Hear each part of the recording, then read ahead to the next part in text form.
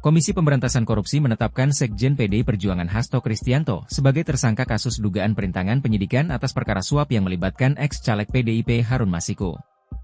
Dalam kronologi perkara yang disampaikan KPK dalam jumpa pers Selasa, 24 Desember 2024, disebutkan bahwa Hasto meminta Harun untuk merendam handphone ke dalam air dan melarikan diri. Peristiwa itu terjadi pada 8 Januari 2020. Di hari itu, KPK sedang melakukan operasi tangkap tangan, OTT, terhadap ex-komisioner Komisi Pemilihan Umum Wahyu Setiawan dan 2 orang lainnya.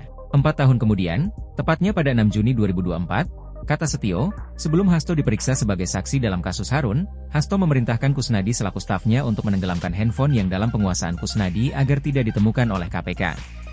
Selain itu, Hasto juga disebut KPK mengumpulkan beberapa saksi terkait dengan perkara Harun Masiku dan mengarahkan agar saksi tidak memberikan keterangan yang sebenarnya. Selain kasus perintangan penyidikan, KPK juga menjerat Hasto sebagai tersangka kasus dugaan suap pengurusan pergantian antar waktu, PAW, anggota DPR. Hasto bersama-sama Harun Masiku diduga menyuap Wahyu Setiawan. Setio Budianto juga bilang bahwa uang suap yang diberikan Harun kepada ex-komisioner Komisi Pemilihan Umum, KPU, Wahyu Setiawan, sebagian duitnya berasal dari Hasto. Dalam perkara sebelumnya, KPK telah menetapkan 4 orang sebagai tersangka, yakni Harun Masiku, Wahyu Setiawan, ex-anggota Bawaslu yang juga orang kepercayaan Wahyu, Agustiani Tio Fridelina, dan politikus PDIP Saiful Bahri. Harun dan Saiful berperan sebagai pemberi suap. Sedangkan Wahyu dan Agustiani sebagai penerima suap. Wahyu, Agustiani, serta Saiful telah menjalani hukuman.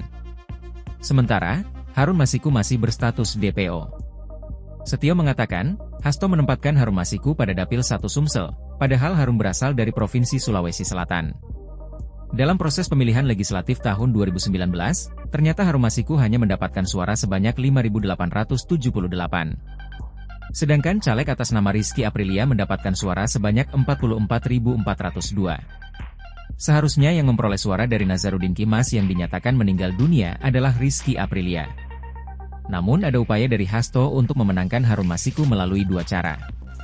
Yaitu, pertama Hasto mengajukan judicial review junior kepada Mahkamah Agung, MA, tanggal 24 Juni 2019.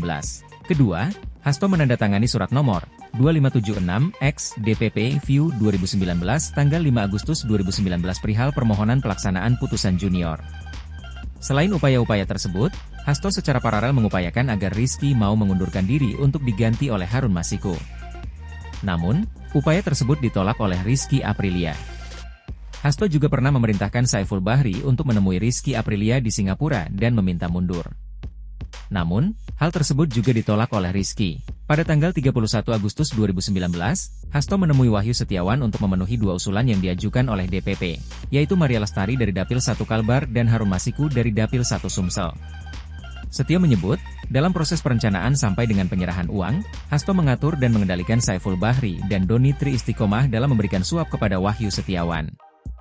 Hasto juga disebut mengatur dan mengendalikan Doni untuk menyusun kajian hukum pelaksanaan putusan MA nomor 57 Pihum 2019 tanggal 5 Agustus 2019 dan surat permohonan pelaksanaan permohonan fatwa MA ke KPU.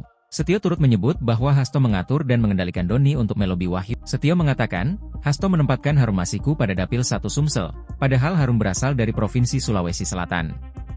Dalam proses pemilihan legislatif tahun 2019, ternyata Harun Masiku hanya mendapatkan suara sebanyak 5.807. Download Tribun X sekarang, menghadirkan lokal menjadi Indonesia.